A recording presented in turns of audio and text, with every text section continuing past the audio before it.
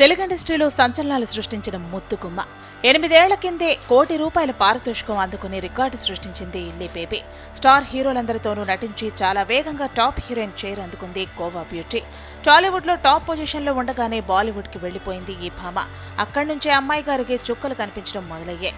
బాలీవుడ్ లో తీయటి బర్ఫీ తినిపించినా ఆ తర్వాత ఒక్క హిట్ కూడా పడలేదు. పటా పోస్టర్ నిక్లా హీరో చేస్తే పోస్టర్ చెరిగింది.